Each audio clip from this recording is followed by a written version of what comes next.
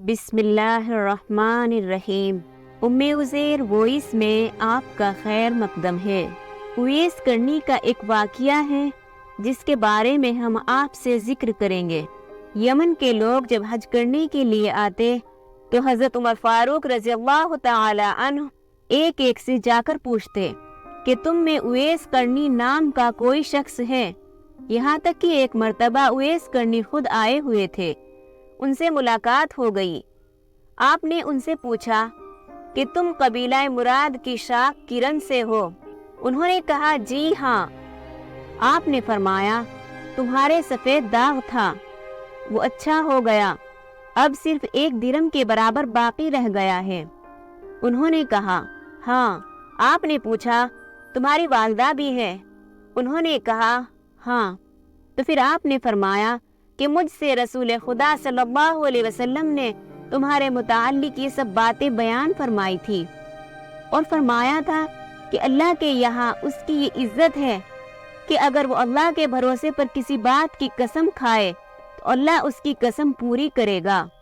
اے عمر، اگر ہو سکے تو تم اس سے اپنے لیے استغفار کرانا۔ چنانچہ اویس کرنی نے آپ کے لیے استغفار کیا۔ پھر آپ نے ان سے دریافت کیا اب تم کہاں جانا چاہتے ہو؟ انہوں نے کہا کوفہ میں۔ آپ نے فرمایا کہو تو میں حاکم کوفہ کو تمہارے لیے کوئی فرمان لکھ دوں۔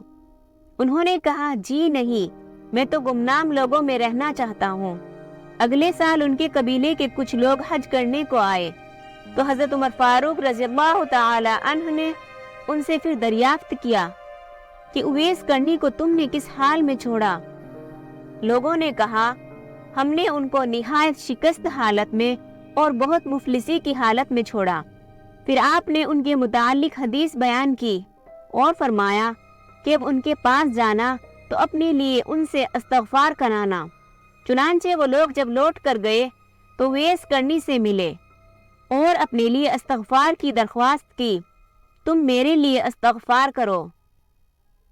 لیکن جب ان لوگوں نے زیادہ اصرار کیا تو اویس کرنی نے کہا تم ابھی حج کر کے آ رہے ہو، تم میرے لیے استغفار کرو۔